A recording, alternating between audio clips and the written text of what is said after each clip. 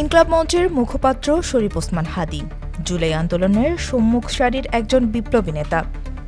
11 December শুক্রবার সন্ত্রাসী হামলায় গুলিবিদ্ধ হন আপসীন এ নেতা।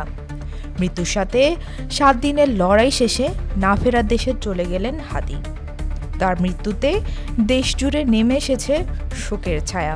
হাদীর অকাল প্রয়াণে পুরো দেশে যখন উত্তালের হাওয়া, তখনই সামাজিক যোগাযোগ মাধ্যমে আলহামদুলিল্লাহ পোস্ট লিখে তোপের মুখে পড়েন এক যুবক। ঘটনাটি ঘটেছে ব্রাহ্মণবাড়িয়া জেলার কসবা উপজেলায়।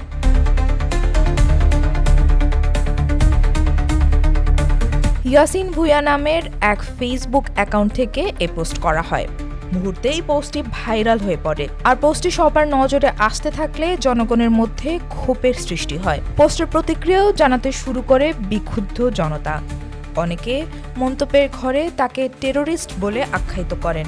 শুক্রবার 19 ডিসেম্বর ইয়াসিন ভুঁইয়া নামের যুবককে ক্ষুব্ধ ছাত্র জনতা আটক করে পুলিশে খবর দেয়। পরে পুলিশ ঘটনাস্থলে এসে তাকে গ্রেফতার করেন। এ ব্যাপারে কসবা থানার ভারপ্রাপ্ত কর্মকর্তা ওসি নাজনীন সুলতানা বলেন, আটক যুবকের বিরুদ্ধে আইনানুগ ব্যবস্থা প্রক্রিয়াধীন।